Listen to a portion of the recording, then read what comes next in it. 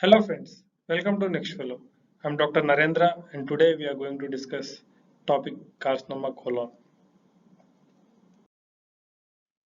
Colorectal cancers are the second most common cause of cancer related deaths. They typically occur after 50 years, most common in 8th decade. Worldwide, the prevalence of colorectal cancer is closely associated with intake of red meat, particularly processed meat products.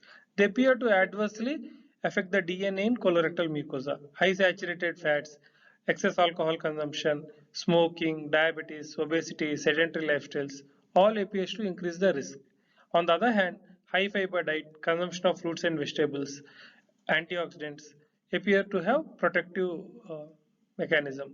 The hypothesis is high fiber diet reduces the colon transit time, which reduces the exposure of mucosa to dietary carcinogens. 70% of colorectal cancers are sporadic. 30% have family history, out of which 5% include named syndromes like familial adenomatous polyposis, hereditary non-polyposis colorectal cancers, Peutz-Jeghers syndrome, etc. Remaining 25%, they have family history, but it's of not a known named disease. So, family history of adenomatous polyps and family history of colon cancer increases the risk for colon cancer. Similarly, personal history of adenomatous polyps, personal history of colorectal cancers, inflammatory bowel disease also increase the risk for colorectal cancers. Before carcinoma sets in colon, colonic epithelium undergoes multiple gene mutations due to carcinogens. This results in normal epithelium changing to adenoma and later, after further mutations, into carcinoma. Mutations of adenomatous polyposis coli gene, that is APC gene, occurs in two-thirds of colonic adenomas and are thought to develop early in the carcinogenesis pathway. Later, there is activation of KRAS oncogene, which leads to adenomas formation. Later, a host of mutations and inactivation of tumor suppressor genes like P53 gene lead to carcinoma formation. So this is the theory of adenoma carcinoma sequence. So this pathway is seen in two-thirds of the population. In remaining one-third, the inactivation of DNA mismatch repair genes is seen. After that, in familial pathways, there is an activation of KRAS oncogene and then later multiple mutations into carcinoma. In sporadic pathways, there is activation of BRAF oncogene, which leads to serrated adenomas and later into carcinomas. As per these theories, polyps are the precursors of CA colon. Based on histological patterns, there are three types of polyps. That is tubular adenomas that are the most common and they are mostly pedunculated. Villus adenomas constitute 5 to 10% and they are sessile. The tubular villus adenomas have features of both tubular and villus adenomas. So, basing on the type and size of polyps, there is increased risk of malignancy. The larger the polyp, the greater the risk of malignancy. Sessile polyps have higher risk of malignancy when compared to the pedunculated polyps. Villus histology have higher risk. High-grade dysplasias also carry greater risk of malignancies. Tumors once developed may take one of the four gross pathological forms: annular, tubular, ulcer, and coliform patterns. Annular patterns present with obstructive symptoms, others present with bleeding. As we can see in this image, colorectal cancers are mostly located in the left side. Hereditary non-polyposis colorectal cancers have propensity for the right side. That is, familial cancers tend to come on the more on the right side. Clinical symptoms vary basing on the side of malignancy. Left-sided malignancy is present with change in bowel habits, tenesmus, lower GI bleedings. Right-sided as stool is more fluid, symptoms are late. They present with iron deficiency, anemia, mass or melena. Some people might present with metastatic disease, that is with some vague abdominal pain, jaundice, hepatomegaly. Others, 20% of the patients might present with some acute symptoms like obstruction. Patients presenting with emergency symptoms tend to have poorer prognosis when compared to those with similar stage of disease. CA colon can spread locally to adjacent organs, has transcelomic spread to peritoneum, omentum, and ovaries. It also spreads to lymph nodes. Any lymph node involvement is stage 3 disease in TNM staging. And then there is hematogenous spread which causes distant metastasis. Most commonly it spreads to liver via portal vein. Lung is the next common site for distant metastasis. Colon cancer is suited to screening as prognosis is better for early stage disease and polypectomy allows the prevention of cancer development. Studies have suggested 15 to 20% reduction in colorectal cancer specific mortality in screened population.